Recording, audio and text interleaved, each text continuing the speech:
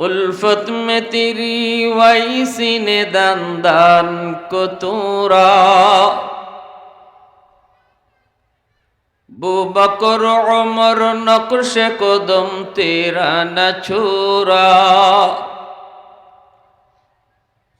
उल्फत में तेरी वही सीने दंदान को तूरा बू बकर उमर नक्श कदम तेरा न छूरा अयुशाक नबी वाक़ियस रार मदीना सुल्तान का सुल्तान है सुल्तान मदीना सरकार का सरकार है सरकार मदीना गुलजार का गुलजार है गुलजार मदीना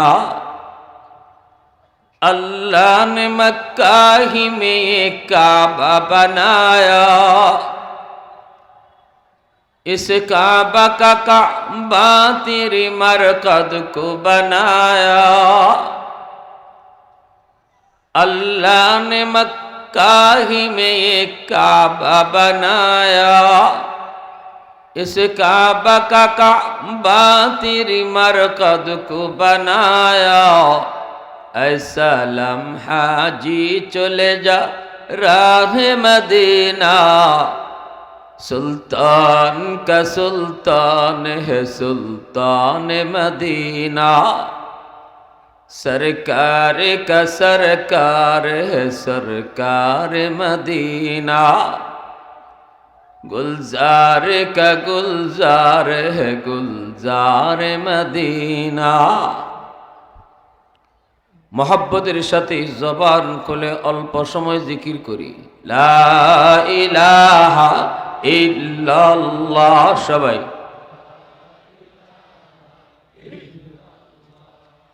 ला इलाहा इल्लाल्लाह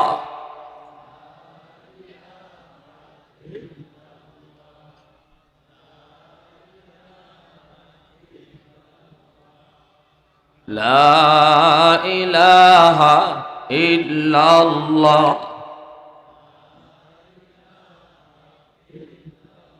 ये जिक्र खुदा दिल में सदा रखने दिया कर और नक्श खुदा दिल में जमा रखने दिया कर मुर्शिद की नजर गज़ बसर से न होती है क्या खुश नजरी खुश नजरी खुश नजरी है क्या खुश नजरी खुश नजरी खुश नजरी है दिल तूर की दिल जोरी दिया सबका खुदा से क्या दिल शिकानी दिल शिकानी दिल शिकानी है क्या दिल शिकानी दिल शिकानी दिल शिकनी है अल्लाह अल्लाह अल्लाह अल्लाह अल्लाह अल्लाह अल्लाह अल्लाह अल्लाह अल्लाह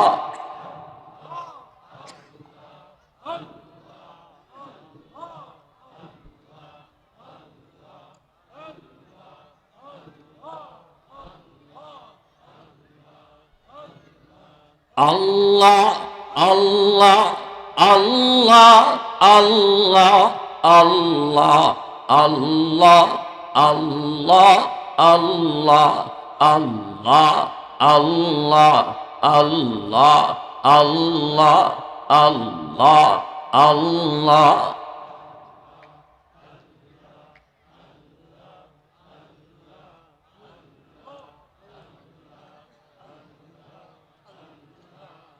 لا إله إلا الله محمد رسول الله জোরে সুরে বলি সাল্লাল্লাহু আলাইহি ওয়াসাল্লাম।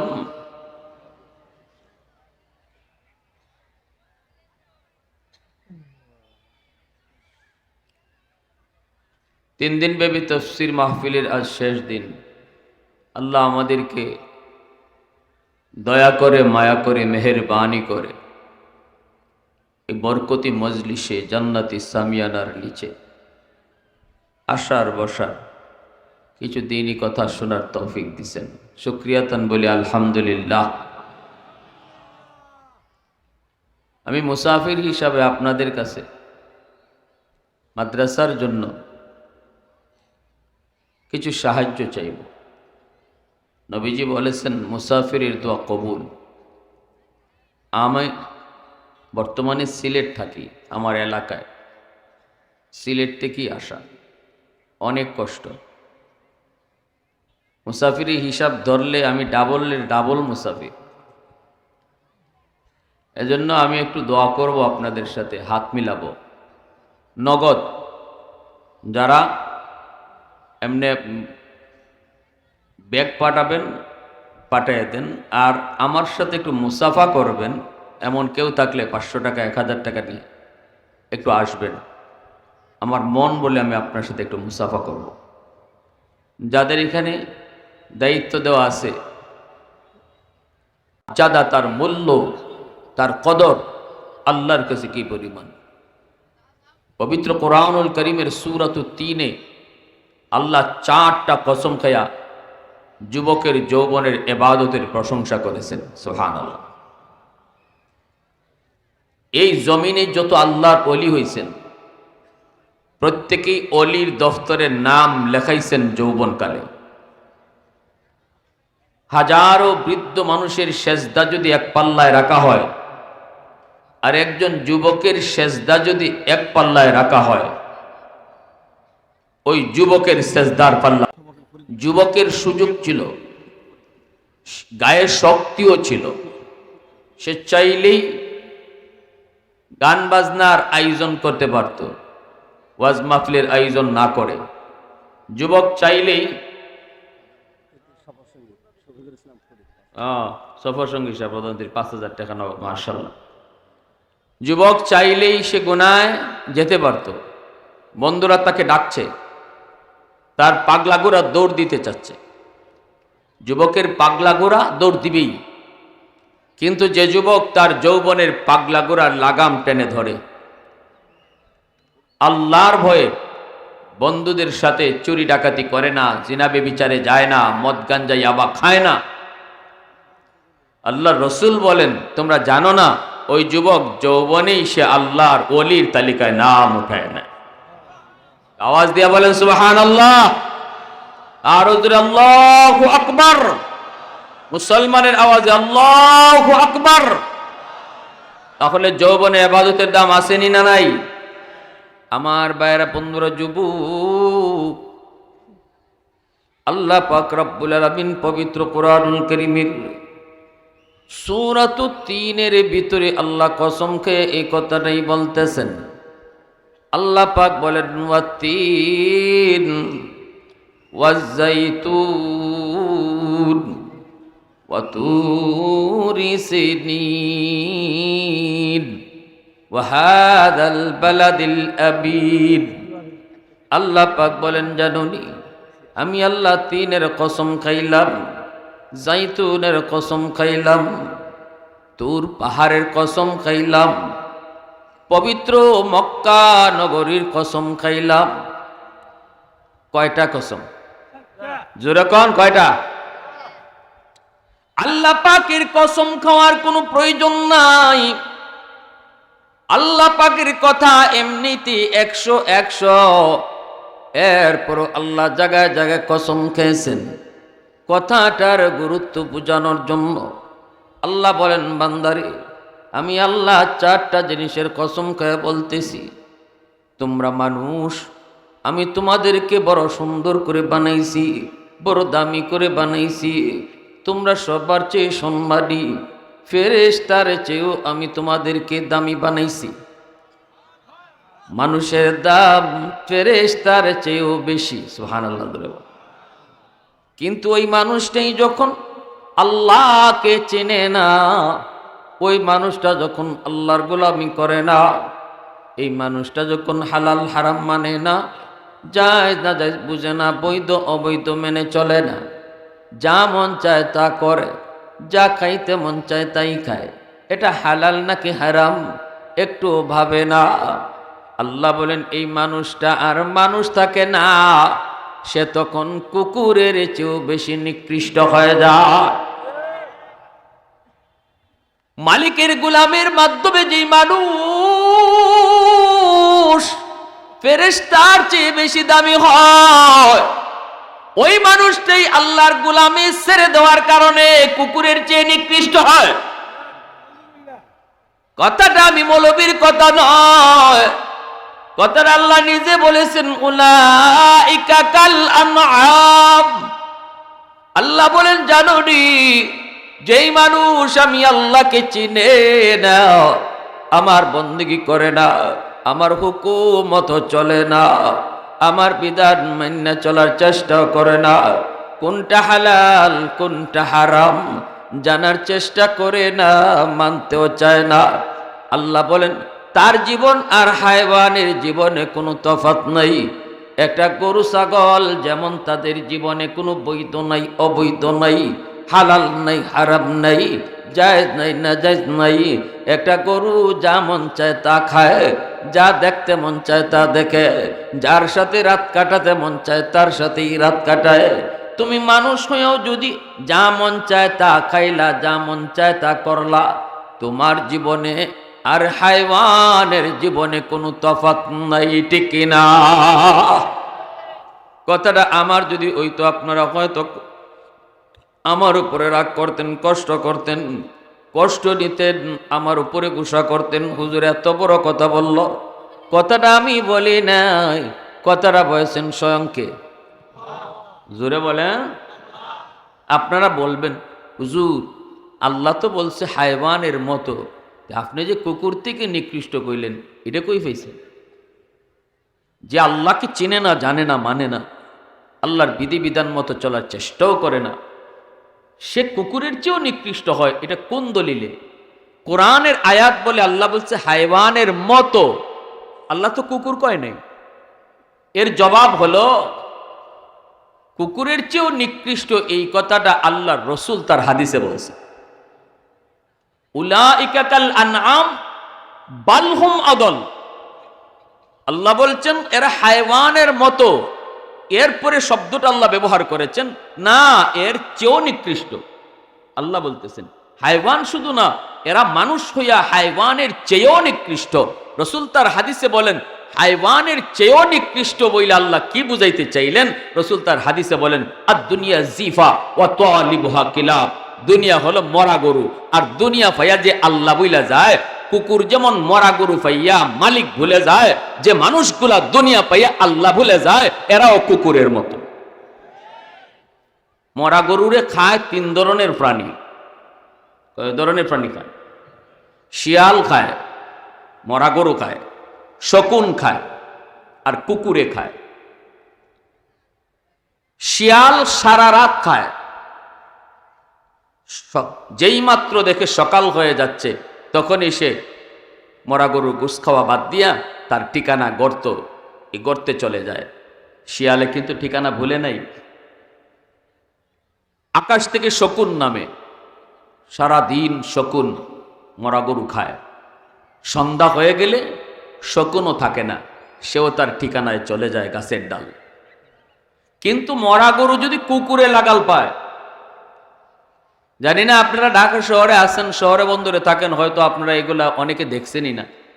গ্রামে গঞ্জে যারা আছেন বা থাকেন বা দেখছেন তারা জানেন, মরা গরু যদি কুকুর লাগাল পায় তখন কুকুর রাত বুঝে না, দিন বুঝে না। মরা গরু যতক্ষণ আছে আর কুকুর আছে। কোন মালিকে তারে এতদিন দুধ খোলা খাওয়াইলো, কোন মালিকে তারে সাবান দিয়ে গোসল করায়, কোন মালিকে তারে এত আদর করে বড় করলো, ওই সব ভুলে যায় মরা গরু পাইলে। এজন্যই আল্লাহর রসুল বালহুম আদল, আল্লাহ যে বলছেন এর চেয়েও নিকৃষ্ট, এর তাফসীর করেছেন রসুল তার হাদিসে আদ-দুনিয়া জিফা ওয়া তালিবুহা কিলাব। যে মানুষ দুনিয়া পাইয়া কোন মালিকে তারে মার পেটে খাওয়াইলো, কোন মালিকে তারে আস্তে আস্তে বড় করলো, কোন মালিক তার মার বুকে সে দুনিয়া আসার আগেই তার রিজিক পাঠায় দিল, এই সব কিছু ভুলে যায় যে মানুষটা দুনিয়া পাইয়া সে আর কুকুরের মাঝে কোনো তফাৎ থাকে না। এজন্য আমার বার বন্ধুরা, যুবক, আল্লাহ পাক বলেন, জানোনি তোমরা মানুষ, আমি আল্লাহর কাছে বড় দামি, ফেরেশতার চেয়েও তোমাদের দাম অনেক বেশি। কিন্তু জানোনি এই সুন্দর মানুষগুলা যখন বুড়া হয়, বৃদ্ধ হয়ে যায়, তখন সমাজের মানুষ তারে এত দাম দিতে চায় না, ঘরের ভিতরেও সে এত দাম পায় না। সমাজের মানুষেরা কয়, মিয়া আগের মতো ধমক দিও না, এখন কিন্তু গায়ে তোমার শক্তি কম। ঘরের মধ্যেও বিবি সাহেব বলতেছে, আস্তে কথা কও। ছেলেরা কিন্তু এখন বড় হয়ে গেছে, ছেলেদের কথা মানতে হবে। যেই মানুষটার কথায় সমাজ চলতো, ঘর চলতো, ওই মানুষটা যখন বৃদ্ধ হয়ে যায়, আল্লাহ বলেন মানুষের কাছে তোমার দাম কমে যায়, ভয় পায় না মানুষ। আস্তে আস্তে তোমার যে ওজন ছিল, তোমার যে রূপ ছিল, সেটা কমে যায়। কিন্তু মানুষ মনে রাখো, যদি তুমি যৌবন কালে আমি আল্লাহর গোলামি করো রে, যৌবনে যদি তোমাকে মসজিদে পাওয়া যায়, যৌবনে যদি তোমার মুখে দাড়ি পাওয়া যায়, যৌবনে যদি তোমাকে বাপমার সেবা করতে দেখা যায়, যৌবনে যদি তোমাকে মুরব্বীদের সম্মান করতে পাওয়া যায়, যৌবনে যদি তুমি উলামায়ে কেরামকে তাজিম করো, সমাজের সামাজিক কাজগুলো তুমি করো, বন্ধুদের সাথে তুমি গান বাজনায় যাও না, না না, বন্ধুদের সাথে তুমি গান বাজনায় যাও না, মদ গাঞ্জা ইয়াবা খাও না, না না, জিনা বিবিচারে যাও না, যৌবন তুমি আল্লাহর ভয়ে তুমি কাটাইছো। আল্লাহ বলেন, জানোনি ওই যুবক যখন বৃদ্ধ বয়সে উপনীত হয়, কেউ যখন তারে দাম দিতে চায় না, আমি আল্লাহ তারে দামি বানায় দিই। কেমনে আল্লাহ দামি বানায়? ইল্লাল্লাযীনা আমানু ওয়া আমিলুস সালিহাত ফালাহুম আজরুন গায়রু মামনুন। আল্লাহ বলেন, জানোনি তুমি গায়ের শক্তি থাকতে যতগুলি আমল তুমি করেছো, গায়ে তোমার শক্তি ছিল, যতগুলি আমল তুমি দায়মি করেছো, 5 ওয়াক্ত নামাজ তুমি মসজিদে যা পড়ছো, এখন তুমি বৃদ্ধ হয়ে গেছো, তোমার গায়ে শক্তি নাই গো, কোমরে তোমার ব্যথা, হাঁটুতে তোমার ব্যথা, মসজিদে যাইতে তোমার বড় ভয় করে, কোথায় জানি তুমি পড়ে যাও। তুমি ঘরেই নামাজ পড়তেছো, শরীর উজরের কারণে তুমি ঘরে নামাজ পড়ো, ফেরেশতারা তোমার নামাজের সওয়াব উঠায়। আমি আল্লাহ বলি, কি উঠাইতেছো? ফেরেশতারা কো মালিক, ঘরে নামাজ পড়ছে, নামাজের সওয়াব। আল্লাহ বলে, সাবধান, ঘরে নামাজের সওয়াব উঠায়ও না। আমার বান্দা যৌবনে মসজিদে গিয়ে নামাজ পড়তো, যৌবনের শক্তি যদি আজও থাকতো, আজও মসজিদে যাইতো। এই শক্তি বান্দা নিজে নিজে কয় না, এই শক্তি আমি আল্লাহ তার কেড়ে নিয়েছি।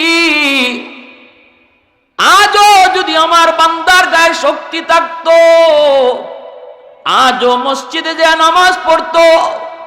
অতএব যদিও আমার বান্দা ঘরে নামাজ আদায় করে নে, তবুও কিন্তু আমল নামায় মসজিদে জামাতের সওয়াব তোমরা উঠে দাও। মুসলমানের আওয়াজে কও না সুবহানাল্লাহ, আর একটু জোরে কও না সুবহানাল্লাহ। এ যুবক, একটু দিলটা নরম করে একটু কথাটা বুঝো। বৃদ্ধ মানুষ আল্লাহর ওলি হইতে যত সময় লাগবে, এর চেয়ে বহু আগে একজন যুবক আল্লাহর ওলি হয়ে যাবে। কোরআন তেলাওয়াত করেছে আমার বান্দা, এখন চোখে দেখে না, পাওয়ার নাই, কোরআন তেলাওয়াত করতে গেলে হরফ দৌড়াদৌড়ি করে, আফসোস করে আমার বান্দা। আল্লাহ বলে, বান্দা আফসোস কইরো না।